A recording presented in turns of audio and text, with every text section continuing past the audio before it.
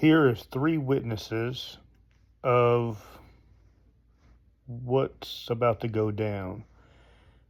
I compiled these, and I'll play little segments of each. The first is a man in the White House, a woman high up in the White House ladder told him a few things, and this is what he says.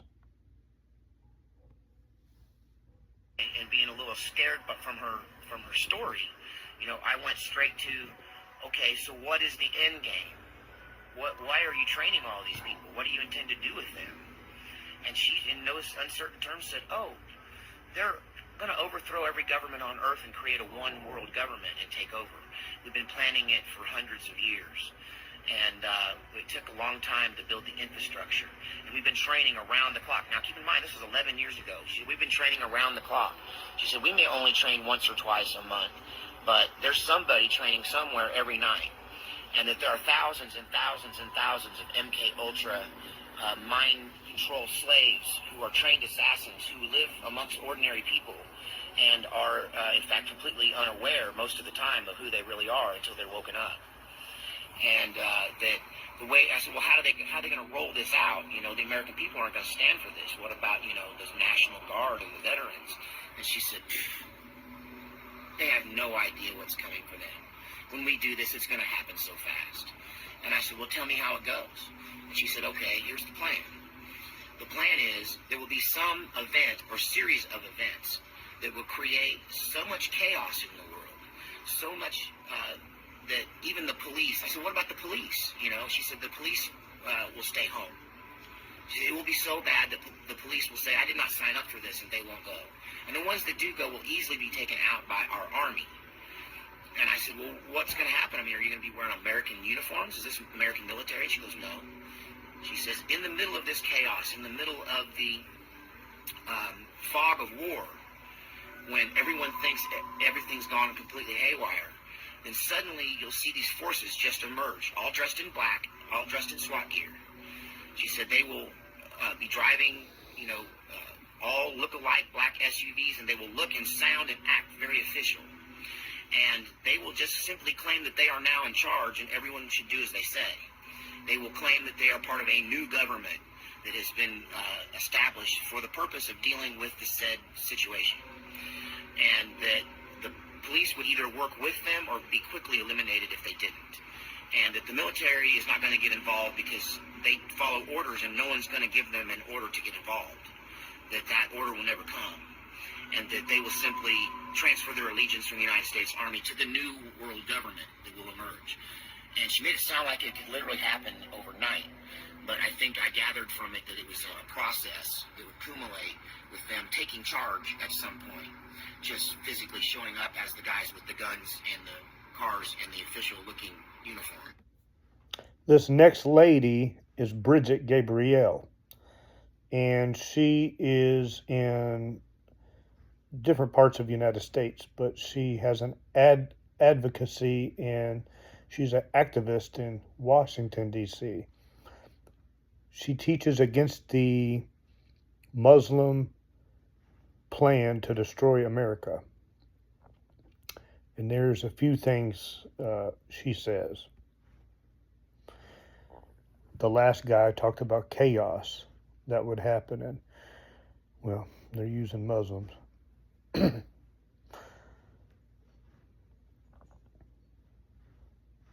United States, written 5/22/1991.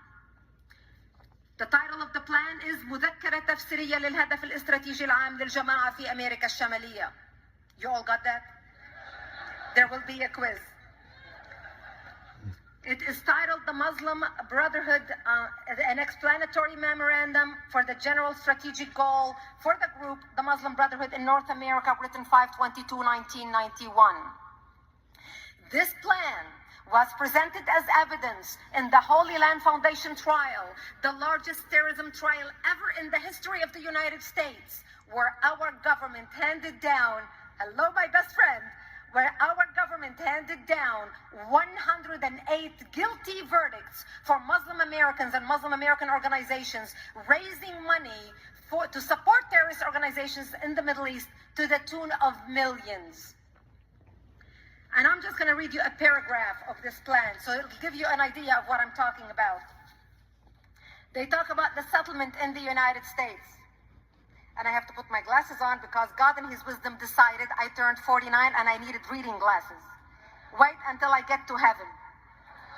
I'm convinced He's a man. If He was a woman, He would know I would look better without glasses. Understanding the role of the Muslim brother in North America. The process of settlement is a civilization jihadist process with all the word means. The Ikhwan, which is the Arabic word for brothers, must understand that their work in America is a kind of grand jihad in eliminating and destroying the Western civilization from within and sabotaging its miserable house by their hands and the hands of the believers so that it is eliminated and Allah's religion is made victorious over all other religions. Is this clear? They don't mince words, do they? But the most important page of this document is the last page. Because in the last page, they list 29 front Islamic organizations set up in the United States with the specific goal of sabotaging America from within and destroying America by our own hands. And I'm just going to name a few. Number one on the list is ISNA, Islamic Society of North America. And if you're familiar with ISNA, it's because they are now advisors to President Obama about Middle East policy. So we not only have the fox watching the hen house, we have the fox inside the White House dictating policy in the ear of the president. Number two on the list is the MSA, the Muslim Student Association. The Muslim Student Association has more chapters on American college campuses than the Democrats and the Republicans combined. Number 8 on the list is NATE, the North American Islamic Trust. The North American Islamic Trust owns the deed to over 90% of American mosques in the United States. That is a problem. Now, what makes this very important, and I'm going to focus in the last 5 minutes on education, is to show you how they set up every organizations in this plan to destroy America, focusing on every sector of our society. Organizations focused on publishing, organization focused on media, organization focused on education, with the strict purpose of doing sabotage to America from within. And I'm not talking military. We know that ISIS and Al-Qaeda and all the others want to attack the United States and do damage to the United States. As a matter of fact, we in the United States have 150 terrorist organizations right now operating in America. 5 of them are operating right here in the District of Columbia. And our government, and these are the ones we know about.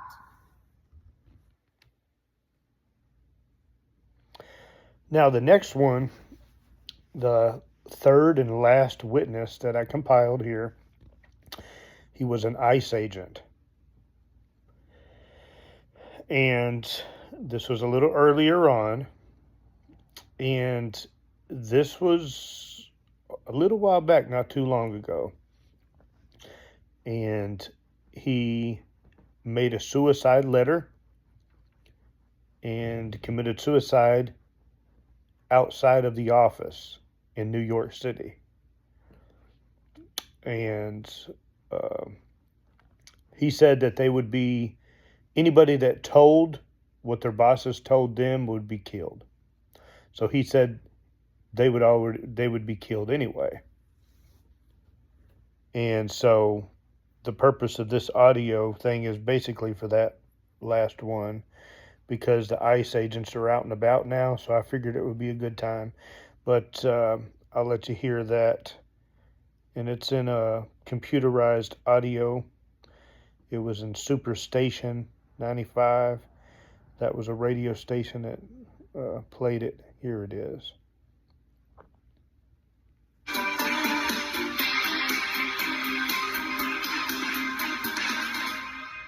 Alert.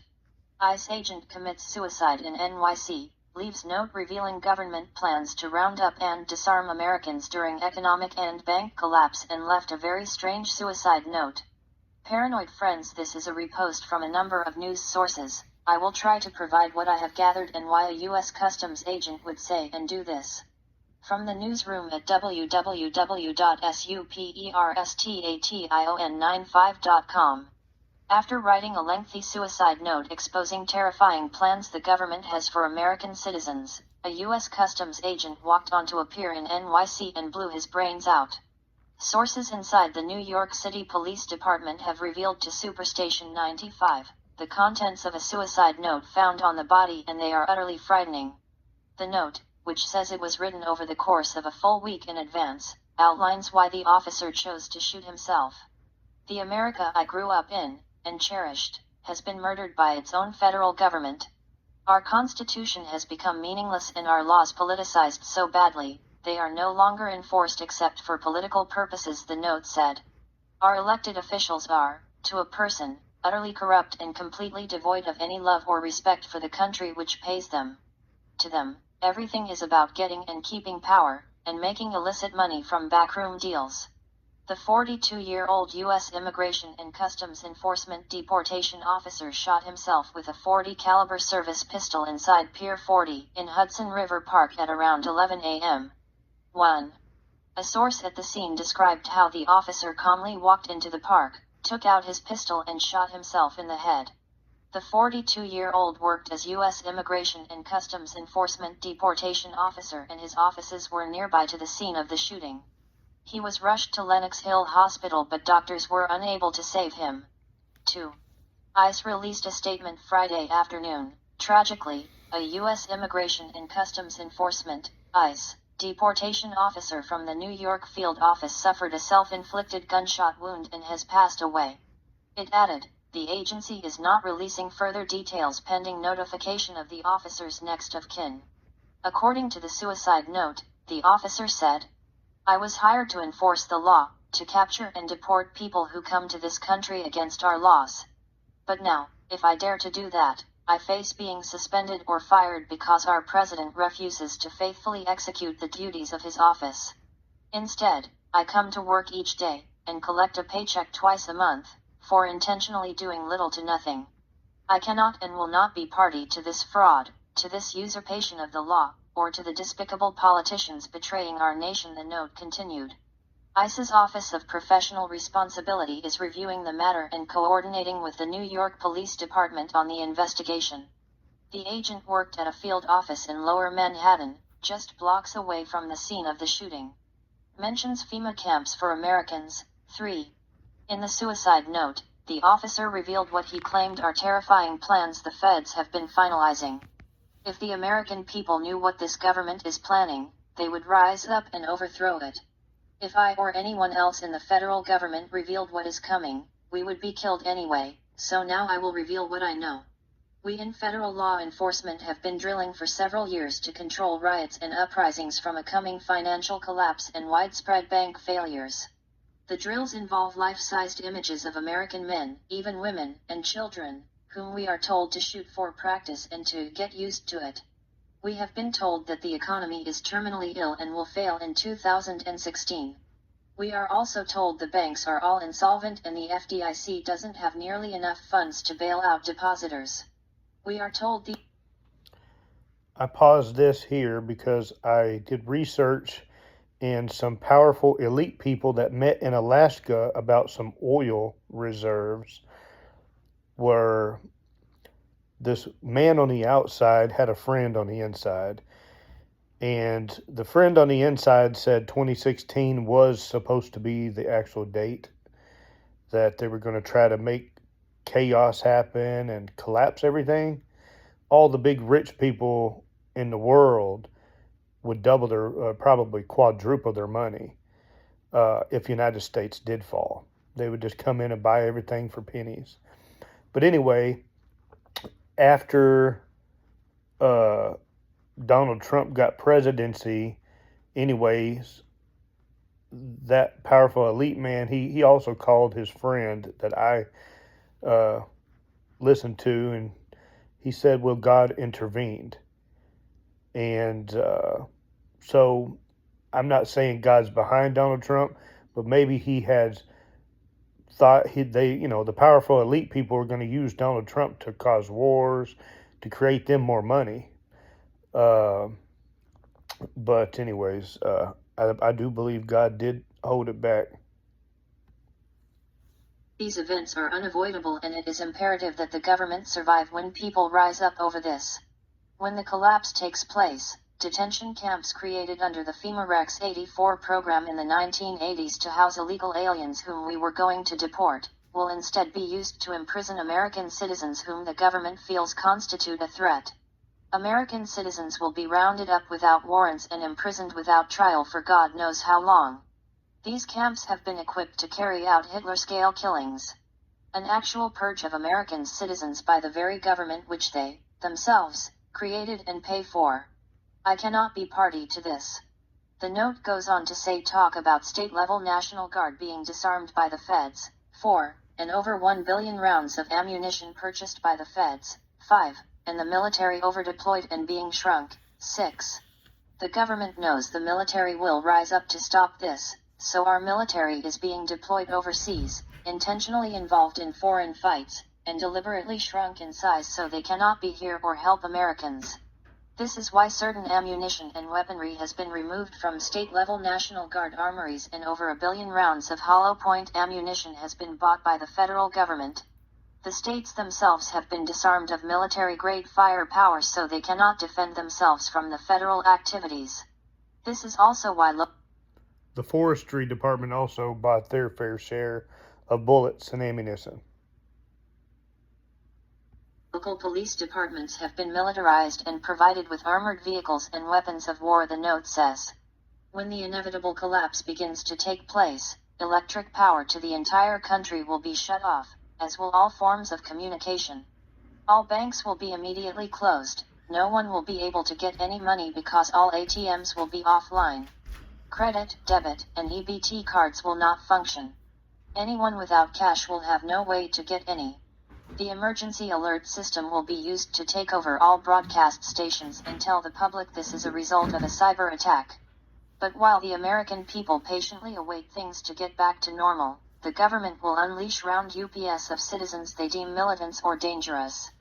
With all civilian communications out, and all TV and radio stations taken over by the emergency alert system, by the time word spreads of what is taking place, the government will already have the upper hand.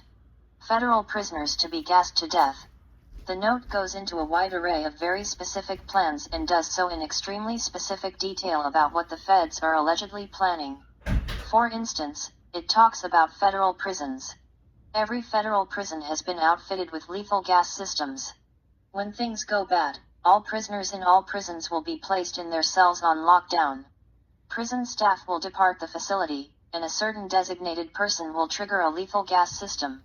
All federal prisoners, regardless of their crime or their sentence, will be gassed to death in their cells. Once the gas clears, the dead will be removed and the prisons will then be used to house citizens who fight against the federal onslaught. Priests recruited to quell opposition. 7. The note makes mention about priests, rabbis, and clerics from various religious denominations having been recruited and trained to quell resistance. So intent is the government to succeed, they have recruited priests, rabbis, and clerics from various religions to quote appropriate scriptures about obeying government. They are being trained to tell people not to fight back and that their best hope is to pray. Executive Order 13603, 8. The suicide note goes to great lengths about Executive Order number 13603 signed by President Obama on March 16, 2012.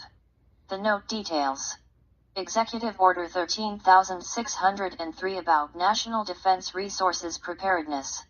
This 10-page document is a blueprint for a federal takeover of the economy.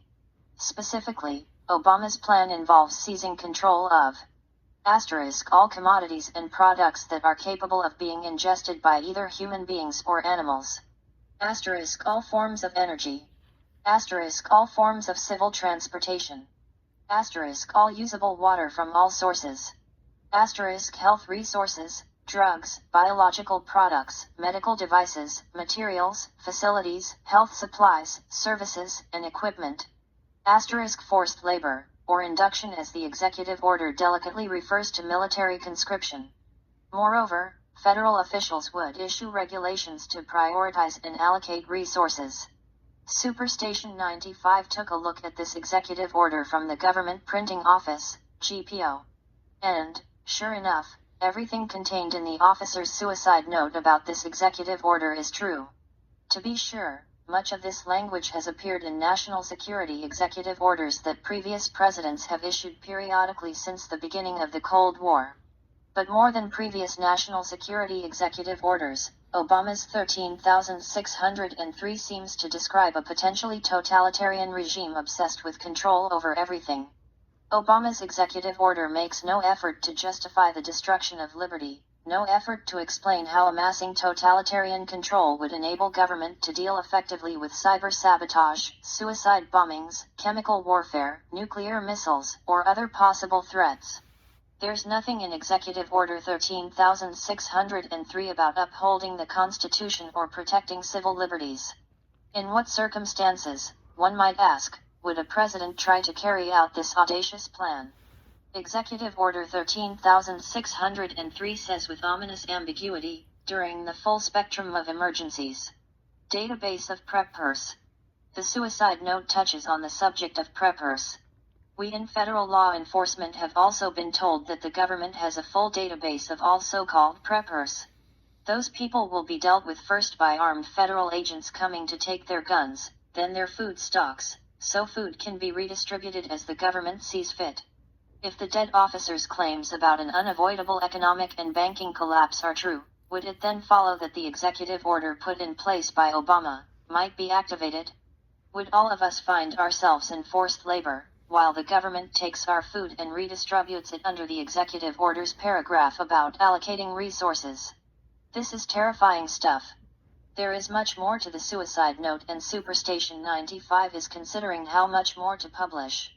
As such, this is a developing story and readers should check back for further updates. These could simply be insane ramblings.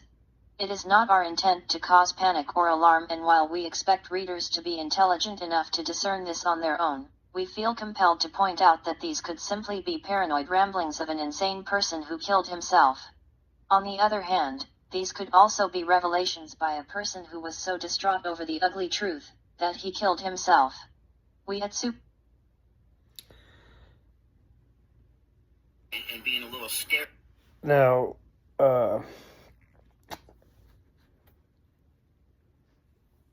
about the takeover of all commodities and water sources, I would get southern type peas like Mississippi purple hull peas, top pick pink eye peas. I would get black beans and pinto beans, and I would get a pressure cooker. And I would learn what type of pressure you need and how many minutes to use that, because that would lessen the amount of wood. And you don't cook on a fire, you cook on it after the fire goes down. You kind of levitate the pot somehow above the hot coals. But anyway, a pressure cooker would cook it faster. And peas will get you through the summer, and the beans will harvest mostly all at once, and you'll have some through the winter. And so squash, I get two types of squash you can rely on: kabocha or winter sweet kabocha, and butternut. But I just thought everybody should hear this, because I'm adding it into my daily routine, and something just told me to research some things and listen, because I know the Bible speaks, but I believe that Holy Spirit was teaching people to open your eyes and ears and see what time you're living in. And all those laws could come into effect real soon. And I would find you a nice camping spot, because I would obey what Jesus said in Matthew 24, verses 14 all the way to 32, when you see the abomination of desolation spoken by Daniel the prophet, he's going to be standing in the holy place in Jerusalem. It's called the holy place, or it once was, not anymore. But then escape to the mountains, for then will be great tribulation, and everyone will be delivered, whoever is found written in the book. That's the book of life. So, wow. It's going to be so bad that nobody's going to be delivered or saved from it except those who are saved in the book of life in heaven. I mean, that's how bad it is. The last 3.5 years are going to be. And all you got to do is just dabble around in it, because Daniel 12 verses 6 through 7 tells us it'll be for a time's time and half a time. But anyway, in the links below, I will put my charts and my newspaper and my book link. And it's a 12-page newspaper that talks all about this abomination that stands up, and we can, excuse me, that we know by signs and events within months to escape. When we see that abomination of desolation, it's simply devil imitating Jesus in Jerusalem by a system that has a pagan Sunday law. They will go, and all you got to do is read Daniel chapter 11, verses 30, 31, and 32, and in verses 45. And then Daniel 12, the whole chapter. So, simply the devil in Jerusalem will be imitating Jesus, and he will declare, a pagan Sunday law. And so this is the abomination that makes desolate the truth. Read Daniel chapter 8 and Daniel 7:25. So that's what it is. My newspaper is in the bottom of this, in the comments or in the description.